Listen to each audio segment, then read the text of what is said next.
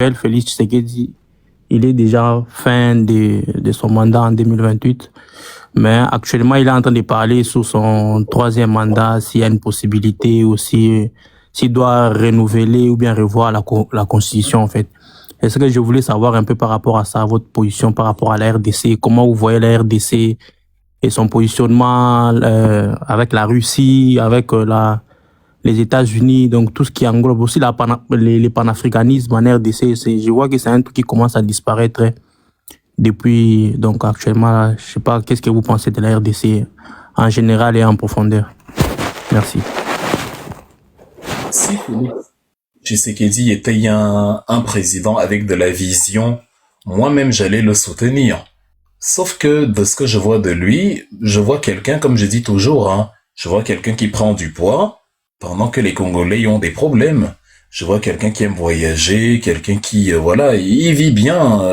Le dimanche, il est à l'église, il danse avec sa femme. Je ne sais pas s'il réalise ce qu'endurent les Congolais, donc je sais pas. Je crois que lui, c'est Monsieur Kinshasa quand c'est pas les voyages, et il ne va dans l'arrière-pays que pour justement mobiliser les Congolais pour sa potentielle réélection. Je peux déjà vous annoncer la mauvaise nouvelle. Il va réformer la Constitution. Si c'était un président qui avait, comme je dis, de la vision, je serais le premier soutien. Moi, j'ai pas de problème avec les mandats de 1000 ans. Si tu diriges bien, si on voit les résultats, si tu vas quelque part, tu peux faire 50 ans au pouvoir, ça ne me dérange pas. Mais depuis qu'il a succédé à Joseph Kabila, je ne vois pas trop, depuis presque 10 ans, où est-ce qu'il amène les Congolais. C'est-à-dire, ça ne semble pas voler très haut. On a eu les incursions du M23. Ils sont arrivés à Goma, ils ont pris Goma, ils ont pris Bukavu, ils sont arrivés, là, ils se sont... Oui, tu voulais dire quelque chose? Ou c'est le microphone? Non, c'est le microphone. Je pense que c'est l'autre qui est à côté de moi. Oui, attends, on va désactiver le microphone. Ok, on l'a fait descendre. Donc, oui. Alors, et oui, je disais donc que le M23, voilà, ils sont littéralement en possession, même si j'espère que ça ne va pas durer, d'une portion quand même du Nord Kivu. Ils sont en possession d'une partie de l'Est du pays, avec les mines et les richesses qu'il y a là-bas. Au niveau de la mine de Rubaya, c'est l'une des plus prestigieuses mines du genre dans le monde. Donc il y a de quoi se remplir les poches et constituer un micro-État dans l'État. Il n'a pas su donner aux Congolais un niveau de vie conséquent, alors que la RDC a un potentiel incroyable du point de vue de la richesse. Le pays, qui a seulement 100 millions d'habitants, fait plus de 2 millions de kilomètres carrés. Il n'y a pas de désert en RDC, il y a une ouverture sur la mer, il y a 40 kilomètres de littoral. Il y a le fleuve Congo, il y a l'Atlantique, il y a la forêt équatoriale, il y a le manganèse, le cuivre, le diamant, le cobalt, le coltan. Il faut simplement utiliser les fonds pour mobiliser, au-delà de la matière première, la matière grise. Il est allé aux États-Unis, il aurait pu amener avec lui tous ces hommes d'affaires, tous ces scientifiques, comment ça s'appelle?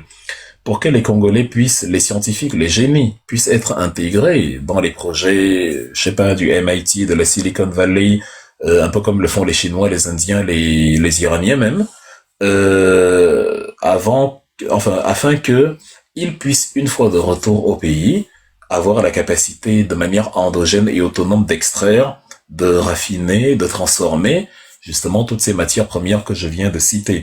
Au lieu de ça, il y a son voisin Paul Kagame, qu'il insulte tous les jours, et il a raison. Mais on n'a pas l'impression qu'au-delà des insultes, il fait quoi que ce soit. Oui, le Rwanda déstabilise la RDC. Oui, le Rwanda arme le M23. Oui, le Rwanda utilise le prétexte FDLR juste comme casus belli pour envahir l'Est de la RDC. Ce n'est pas faux. Le problème, c'est qu'à la fin de tout ça, qu'est-ce qu'il fait? À la fin de tout ça, on a plutôt un scandale avec les députés. On a un scandale sur le salaire des députés. Alors que cet argent peut servir à sécuriser la zone. On a voilà des affaires de gabegie financière, des affaires de détournement, de corruption, alors que le pays, avec d'ailleurs l'épidémie Ebola qui connaît une recrudescence depuis quelques jours. Je crois qu'on est à plus de 150 personnes qui ont déjà, près de 150 personnes qui ont déjà perdu la vie, précisément dans la région de l'Est. Tu te dis, il y a beaucoup mieux à faire que ce qu'il fait là. Et on a vraiment l'impression que son focus c'est je voyage, je fais semblant de me battre contre Paul Kagame en faisant de gros discours enflammés, mais par la suite, il n'y a pas grand-chose. Et quand je ne voyage pas, je suis à Kinshasa, à danser à l'église avec madame ou à m'empiffrer et à réfléchir comment je peux faire un troisième mandat alors que la Constitution limite mes mandats à 2. Donc c'est quelqu'un qui me déçoit beaucoup. Joseph Kabila m'avait déçu à la fin de son mandat, déjà qu'il avait dit qu'il ne se représentait pas. Il avait quand même essayé de se maintenir. Ça a eu la crise que ça a eu. Ensuite, il y a eu les élections sous Tshisekedi qui, de la part de beaucoup de ses opposants, Martin Fayulu et autres, a dribblé pour se maintenir. Je veux bien que tu veuilles te maintenir, mais maintenant le projet il est où? Donc mon grand reproche à Félix Tshisekedi, c'est que je ne vois pas son projet. Le panafricanisme, je ne le vois pas. Il parle beaucoup, il fantasme sur Israël. Vous savez que vous êtes très religieux en RDC. C'est un délire total, c'est encore pire que chez nous au Cameroun. Donc, il pense souvent un peu plus à Israël et au drame d'Israël qu'au drame de notre continent ou au drame de son pays, la RDC. Donc, sur le volet panafricanisme, je n'ai pas l'impression que le Congo, sous Tshisekedi, la RDC est une terre de panafricanisme. Est-ce que tu réalises que c'est scandaleux que les deux capitales les plus proches du monde, Kinshasa et Brazzaville, ne soient pas reliés par un pont? Il n'y a pas de pont entre Kinshasa et Brazzaville. C'est 3 kilomètres et demi. Tu es à Kinshasa au bord de l'eau, tu vois Brazzaville de l'autre côté et vice versa. Tu peux insulter quelqu'un à Brazzaville, il te répond à Kinshasa, mais il n'y a pas de pont. Il n'y a pas de pont. Je ne peux pas partir de Kinshasa à Brazzaville via la voiture. C'est horrible. Or, le panafricanisme, c'est la réalisation, évidemment, des projets similaires. La viabilisation des projets comme les barrages de Inga, qui auraient le potentiel de fournir 1000 fois plus qu'actuellement et approvisionner toute l'Afrique depuis des décennies. On fait des bricolages, on rafistole un peu, mais sinon dans le fond, voilà, c'est bien en deçà de ça qu'on pourrait s'attendre. Au niveau du projet que les Américains ont initié, le fameux corridor de Lobito, qui part de la Zambie, qui va traverser aussi la RDC jusqu'à l'Angola et qu'on sort jusqu'au port de Lobito. On s'est rendu compte que le tronçon qui englobe la RDC ne permet pas de gérer le transit via le train. La voie ferroviaire doit être réhabilitée. En fait, il y a énormément de projets, il y a énormément de problèmes. On voit le Rwanda avec les raffineries, on voit le Rwanda qui, développe la capacité à transformer le coltan. Il y a la RDC à côté. En fait, c'est triste quand je vois ce magnifique pays. C'est aussi triste que mon pays, le Cameroun. Je le ressens pareil. Quand je vois les richesses, quand je vois le potentiel, et quand je vois la situation. Et aussi pour finir, l'incapacité de Tshisekedi à gérer, comment ça s'appelle? L'analyse géopolitique, la situation dans laquelle il se trouve. Il va aux États-Unis et il ne comprend pas que les États-Unis n'ont qu'une seule préoccupation, c'est-à-dire, nous allons dire au M23 de reculer, on va leur demander de faire des concessions, et en retour, vous nous cédez l'exploitation d'un grand pan de vos richesses. Ça veut dire que les États-Unis ont la possibilité de mener une pression politique sur le M23. Mais ils conditionnent la fameuse pression politique et diplomatique ils conditionnent cela à l'accès aux richesses du pays. Donc, ça veut dire que nous n'avons pas d'amis. Ça ne sert à rien d'aller à Washington faire des réunions sans queue ni tête où les États-Unis seront les seuls gagnants. Il faut régler la chose avec ce qu'ils veulent vraiment régler. Si quelqu'un veut que je lui donne mes richesses pour mettre fin aux crises militaires, aux crises sécuritaires, c'est que intrinsèquement, il ne veut pas mettre fin aux crises militaires, aux crises sécuritaires. Les Américains, les Canadiens, les Français, les Belges exploitaient déjà et pillaient déjà les richesses de manière voilée. Quand il y a un accord aux États-Unis, c'est pas quelque chose de nouveau qui va s'implanter. C'est juste qu'on veut faire publiquement ce qu'on faisait déjà de manière voilée depuis. et dont il n'est pas capable de distinguer qui est dans mon camp, qui est mon adversaire, qui est, voilà quelqu'un qui devrait aller parler avec Assimi Goïta, Ibrahim Traoré et Abdourahmane Chani de manière régulière. Lui, il ne le fait pas. Il est en Allemagne, il est aux États-Unis, il adore voyager. Non, mais vraiment, il adore voyager. C'est terrible avec cet homme. Donc, je le vois, mais vraiment hors sujet sur toute la ligne dans la politique de la RDC. Si j'étais congolais, je ne sais pas à quel parti politique j'adhérerais, mais il est clair que je ne serais pas un partisan de Tshisekedi. Je ne vois pas de différence entre lui et Joseph Kabila. C'est-à-dire, limite, Laurent Désiré vous a débarrassé de Mobutu. Mais Joseph Kabila et Tshisekedi, à mes yeux, c'est la même politique qui est là depuis 2001. Ça n'a pas changé. Et cette incapacité à régler la crise sécuritaire, c'est assez terrible. Quand on donne la prospérité, quand on transforme, quand on crée des emplois, quand on crée des activités, quand on met sur pied la formation, quand on fait des coopérations avec les puissances qui veulent vraiment participer sur du gagnant-gagnant, pour la surveillance satellite, pour voilà, on se donne les chances d'avancer.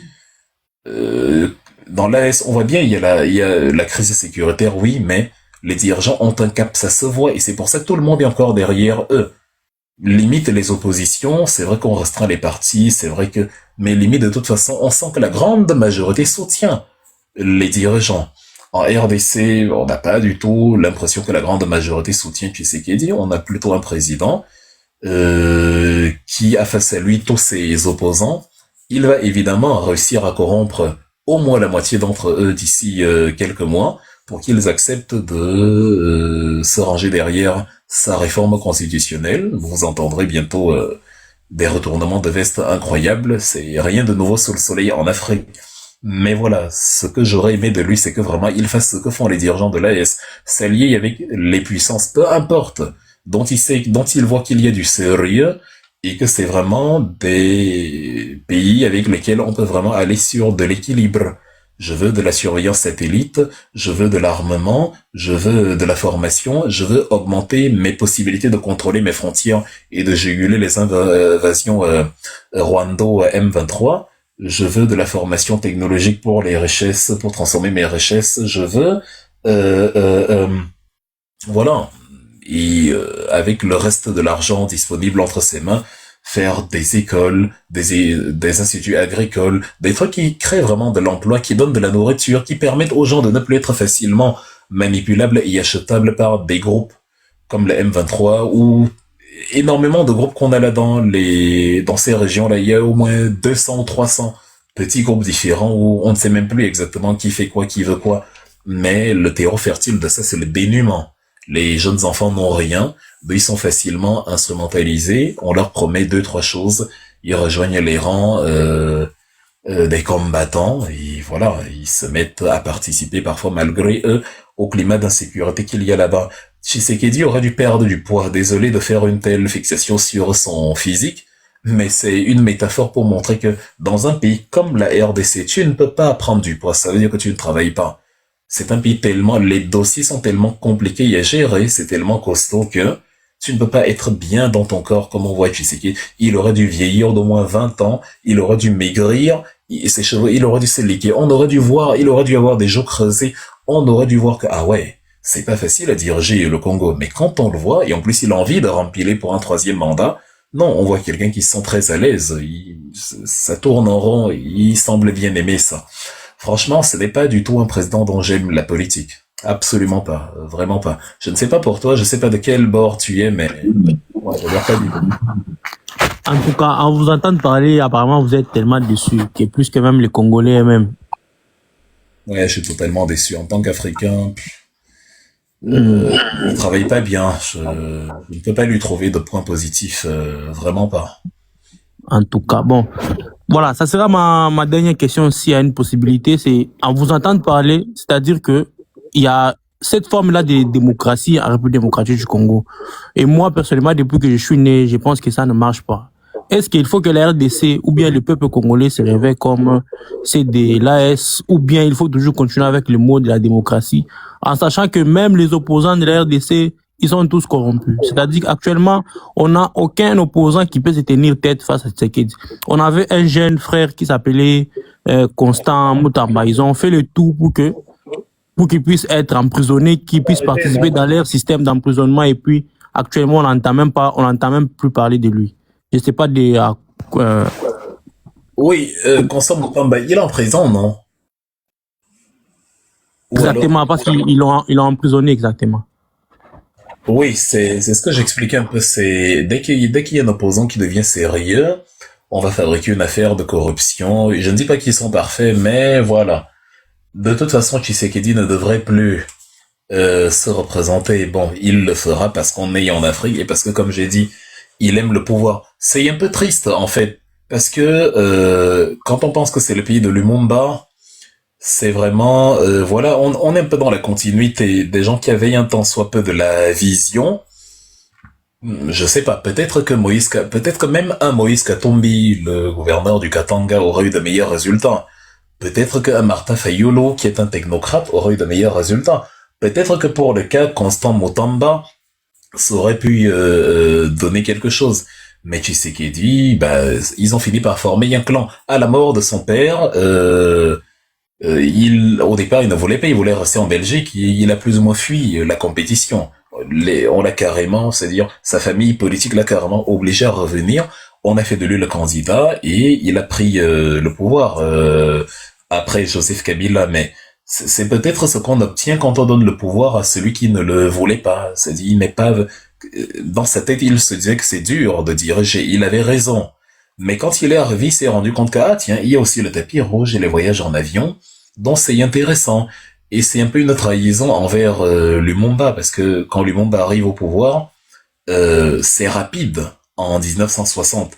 Il n'attend pas. Les problèmes de Lumumba commencent immédiatement parce que ses réformes sont, rectilignes. Il ne bifurque pas, il ne zigzague pas. Ses réformes sont violentes, enfin violentes dans le sens progressiste. Et immédiatement, c'est effrayé la Belgique, c'est effrayé les États-Unis, c'est effrayé la France, c'est effrayé tous les ennemis de l'indépendance africaine. Et c'est comme ça qu'on va instrumentaliser, opérationnaliser Joseph Kasavubu et son homonyme Joseph Désiré Mobutu pour justement pourrir la vie à Monsieur Lumumba. Ça finit chez Moïse Tshombe dans le Haut-Katanga où Lumumba se fait assassiner en quelques mois parce que il est allé directement là où il voulait y aller. Les Belges doivent s'en aller, la richesse du Congo appartient aux Congolais, et ceux qui veulent faire sécession parce qu'ils sont instrumentalisés par l'Occident, Albert Kalonji ou encore Moïse Tshombe, je n'accepte pas. Le pouvoir est à Kinshasa et ça doit rester ainsi. Donc il y a un cap sous le Lumumba. Il est prêt déjà qu'il n'était pas gros, mais il est prêt à maigrir pour son idéal, l'émancipation du peuple congolais, du peuple africain, et la rétrocession des richesses congolaises aux Congolais, des richesses africaines aux Africains. Par la suite, même si tu as un cannibale de la marque Mobutu, c'est quand même pas, comment dire, il y a un volet au moins où on peut prendre, parce que il y a un culte de l'authenticité africaine que les Congolais ont d'ailleurs gardé jusqu'à présent. Chez où on parle le lingala, vous avez même du mal à parler français de manière continue, vous y mettez du lingala, et c'est très bien, c'est-à-dire une langue locale a pu avoir le rang, un peu comme le swahili en Afrique australe, une très belle langue d'ailleurs, le lingala, le swahili, c'est-à-dire Mobutu a promu ça, l'authenticité de manière générale. Là, il a renommé les villes, l'authenticité vestimentaire, l'authenticité culturelle. Ça c'était bien. En fait, les défenseurs de Mobutu vont dire que malgré toute la saleté que Mobutu a faite pendant plusieurs décennies, au moins le Zaïre, bon, redevenu RDC sous Laurent Désiré Kabila en 97, oui, mais bon, le Zaïre quand même a quelque chose qu'il peut présenter sous le règne de Mobutu, outre les assassinats, les barbaries, tout ce qu'on a eu, il y a quand même une trace politique de Mobutu. Sur Tshisekedi, c'est horrible de dire que, en fait, il va rien laisser. C'est-à-dire, si Tshisekedi quittait ce monde aujourd'hui, ce que je ne lui souhaite pas, mais s'il quittait ce monde aujourd'hui, je ne vois pas l'héritage, je ne vois pas la trace de son père, je ne vois rien. C'est-à-dire, il y a pas un truc indélébile que la RDC hérite. Donc c'est un peu, voilà, au niveau de la succession de la figure politique qui va le remplacer, je ne vois pas grand-chose parce qu'il a éliminé ce qui pouvait y avoir un peu de crédit, mais lui-même, il n'a pas vraiment de crédit historique, de crédit. C'est pas un héros, il n'est pas fait pour l'histoire. C'est pas un grand homme. Il n'entrera pas dans l'histoire, c'est un président banal. Voilà, il n'a pas, comment dire, c'est pas un criminel de l'espèce de Mobutu, ça c'est clair. Mais, et c'est ça qui est bizarre, n'ayant pas commis les crimes de Mobutu, il ne va quand même pas non plus laisser les petites traces, entre guillemets, positives que Mobutu a laissées. Donc, je ne sais vraiment pas. Peut-être que toi, le frère, c'est toi qui prendrais les choses en main pour succéder à Tshisekedi et prendre en charge la politique en RDC. Parce que là, c'est dur de voir qu'il y a un dirigeant politique incompétent et que même à côté, ses alternatives ne sont pas séduisantes. Donc je ne sais pas trop ce qui pourrait se passer. Il y a quand même 100 millions de Congolais. Il faut qu'il y en ait un là qui... faut peut-être qu'il y ait... je sais vraiment pas comment régler ce problème. Peut-être qu'un jour le peuple congolais va se lever et faire une révolution populaire. I don't know. Et renverser Tshisekedi et choisir en son sein celui qui peut justement, après une petite transition de quelques mois, celui qui peut, dans une vraie élection et avec un vrai projet politique, euh, continuer le travail. Moi, le petit conseil que j'ai à donner pour sortir de là, c'est de faire un peu comme Ibrahim Traoré. Ibrahim Traoré, c'est quelqu'un de simple. Il ne s'est pas cassé la tête. Il a dit, on va copier Sankara. Point final. On va copier Sankara. C'est tout. Quand quelque chose a marché, mais tu refais la même chose. C'est tout. On copie Sankara et c'est bon. Quand tu vois les Français là, ils ont le nom du général de Gaulle dans la bouche toutes les 4 secondes. De Gaulle avait l'obsession de la grandeur. Pour nous les Africains, évidemment, c'est une calamité historique. Mais pour ses concitoyens français, c'est un héros. C'est lui qui a délivré les Français pendant la Deuxième Guerre mondiale. Il a su partir par la grande porte après les événements de 68 et le référendum en 69. Il s'inspire de lui, de manière plus ou moins bancale, mais au moins il s'inspire de lui. Monsieur Traoré est arrivé au Burkina Faso dans la force de sa jeunesse. Il a dit, mais on a déjà eu un précurseur de l'émancipation, de l'autodétermination et de la prospérité économique. Je vais faire la même chose. Et quand tu vois, Traoré est arrivé au pouvoir en 2022. On est en 2026. En 4 ans, le Burkina Faso a réalisé un excédent commercial. 1,66 milliard de dollars d'excédent commercial. Exactement comme Thomas Sankara avait réalisé l'autosuffisance en 4 ans. Il marche sur les pas de Sankara. Comment ça fonctionne? On applique. Monsieur Tshisekedi aura simplement dû guetter les projets de Lumumba. Peut-être qu'il a peur de se faire assassiner comme Lumumba, mais il faut lui dire qu'il y aura eu 100 millions de Congolais qui le soutiennent. Mais bon, Tshisekedi a fait du Tshisekedi et on en est là où on se trouve. Franchement, c'est déplorable. En tout cas, bon, je vais laisser la place aux autres. Donc, merci beaucoup, grand frère. Donc, moi, j'ai 22 ans. Donc, ce sont des choses que je vais comprendre maintenant et aussi peut-être pour aider aussi mes confrères aussi à se réveiller parce que moi, je suis déjà panafricain qui est mix. Donc, je suis dans ces mouvements-là de conscience et puis d'éveil aussi. Donc, merci beaucoup. Donc, continuez aussi à parler un peu de la RDC. Ça fait du bien parce que c'est bizarre actuellement. Donc, je vous demande juste de continuer aussi à parler de la RDC de temps en temps, dès que vous avez le temps. Donc, un grand merci à vous et puis je vous apprécie énormément. D'accord. En tout cas, tu as vu qu'on peut en parler. Puis tu as posé la question, on y a répondu. Donc, si on n'en parle pas aussi, c'est parce que parfois, on n'a pas de questions dans cette direction. Jusqu'à présent, je n'ai pas fui de questions, donc c'est... Non, non, je comprends. Il y a trop les Camerounais qui sont derrière vous, donc c'est normal. Donc, c'est un peu ça. Bonsoir Wilfred, comment tu vas? Salut, JC.